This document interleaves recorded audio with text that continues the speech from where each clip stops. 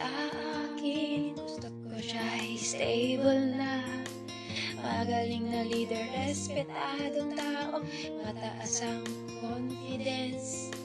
Sweet at di rin gustong tumapa siya, parehas kaming single.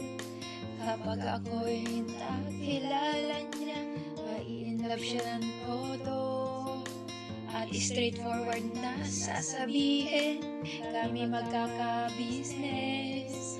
Maglalakbay sa buong mundo, siya ay straightforward. Magpaplano ng sweet at sasabihin, kami ay magiging asensado at bibiyayaan ng dalawang anak. Hindi niya ako paiiyakin dahil ako'y sobrang mahal niya. Mga anghel at universe, ito ang aking hiling.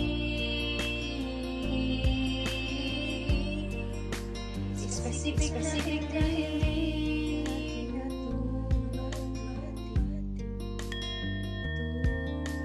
Mga anghel at universe, napaka-swerte ko sa kanya. Mahal niya ang aking magulang, gayon din ang magulang niya.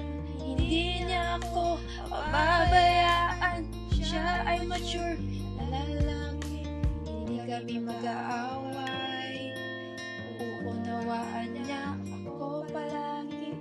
Siya ay aking nirespeto, gayon din siya sa akin. Mga anghel at universe, ito ang aking hiling, na mahalin ang isang lalaki. Ready to commit sa akin, siya ay attractive guy, hindi pinapabayaan ang sarili, healthy at walang bisyo.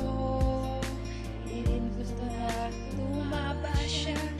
Mga anghel at universe, protektahan mo siya para sa akin. Mga anghel, universe, protektahan mo relasyon namin.